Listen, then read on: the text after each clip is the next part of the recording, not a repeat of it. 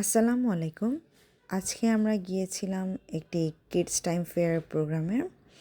এটা প্রতি বছরই অনুষ্ঠিত হয়ে থাকে। তো এই বছর বাচ্চাদের নিয়ে গিয়েছিলাম।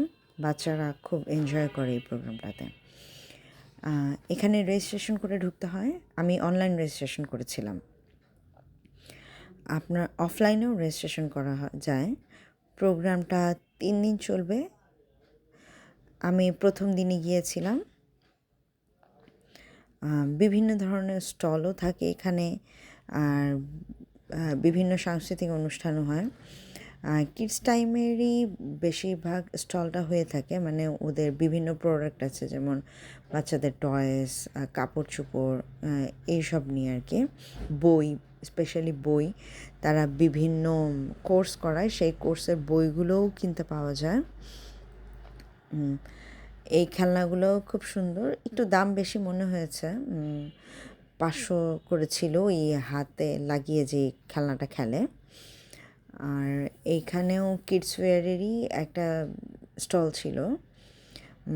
এই পাশেই একটা স্টল, এটার একটা অনলাইন পেজ আছে, নামটা ভুলে গিয়েছি। এখানে নিউ কেয়ারের একটা ছিল, যে তারা একটা বুথে ছবি তুলে ছবি দিচ্ছিল আর কি। এগুলো কিডস টাইমেরই বিভিন্ন বইগুলো, ওদের যে ম্যাটেরিয়ালস বুকসগুলো আছে এখানে সেগুলো সব পাওয়া যায়।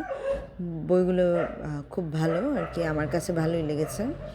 এগুলো বিভিন্ন পাজল বক্স, একটা জিও পাজলসের স্টল ছিল সেখানে।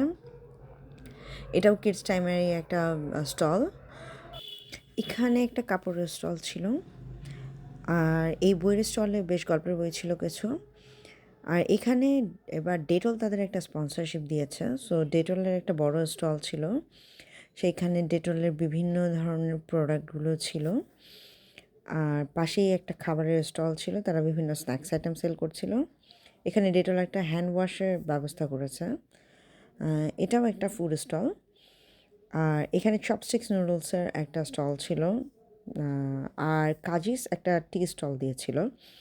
As I M A T lover, so চা না খেলে আমার হয় না, সো আমি এখান থেকে একটা মশালা চা নিয়ে নিয়েছিলাম। আর শক্তি তাদের একটা বড় স্পন্সরশিপ রাখে, সো শক্তির একটা আলাদা স্পেস থাকে কিডস টাইমের এই ফেয়ারে। তারা এখানে বিভিন্ন ধরনের গেমিং অ্যারেঞ্জমেন্ট করে থাকে।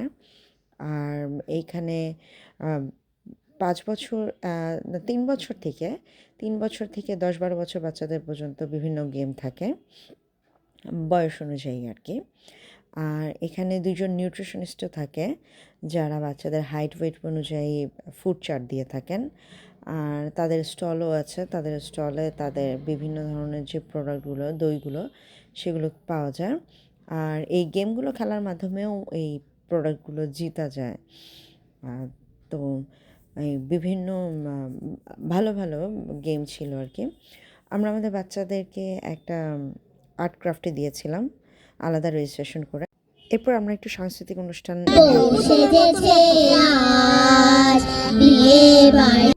ছোটো ছোটো লাল টুকটুকে গান শোনার পরে আমরা বাচ্চাদের নিয়ে একটু গেম খেলতে যাই। ওরা বিভিন্ন রকমের গেম খেলা শেষে আমাদের বাড়ি ফেরার সময় হয়। আলহামদুলিল্লাহ, তারা সারাদিন খুব এনজয় করে এবং খুব কোয়ালিটিফুল একটা টাইম স্পেন্ড করে, অনেক কিছু শিখে আলহামদুলিল্লাহ।